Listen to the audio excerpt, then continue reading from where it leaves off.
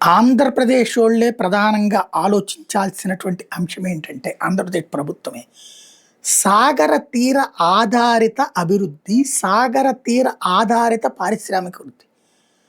Software కంపెనీలు లేకపోతే ఇవన్నీ కూడా పరిమితమైనటువంటి ఉద్యోగాలు ఇస్తే అపరిమితమైనటువంటి బెనిఫిట్స్ పొందుతాయి. మనకి సముద్ర తీర ప్రాంతాల్లో ఈ షిప్ యార్డ్స్ తొందరగా ప్రిపేర్ చేసుకోవడం, ఉన్న షిప్ యార్డ్స్ ఇంపోర్ట్స్, ఎక్స్‌పోర్ట్స్‌తో పాటుగా ఆ ఇంపోర్టెడ్ మెటీరియల్ ఆధారిత ఇండస్ట్రీస్, ఎక్స్‌పోర్టెడ్ మెటీరియల్ ఆధారిత ఇండస్ట్రీస్ ఇవి కాన్సంట్రేట్ చేయాల్సి ఉంది.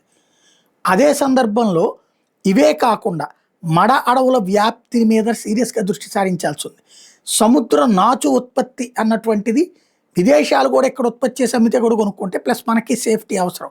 మత్స్య సంపద వృద్ధి అన్నటువంటిది అత్యంత ముఖ్యమైనది, ప్రపంచం అంతా కొనుక్కుంటున్నటువంటి సందర్భం. సముద్ర ఖనిజాలు అన్నటువంటిది అత్యంత విలువైనటువంటిది, దేశానికి సహజ వనరులు. అలాగే టూరిజం అన్నటువంటిది చాలా కీలకం. ఆ సముద్రం నుంచి నదుల్లోకి, నదుల నుంచి సముద్రంలోకి ఇట్లాంటివన్నీ ఏర్పాటు చేయొచ్చు. సీరియస్‌గా దృష్టి సారిస్తే కనుక అనేక మందికి ఉపాధి అవకాశాలు వస్తాయి.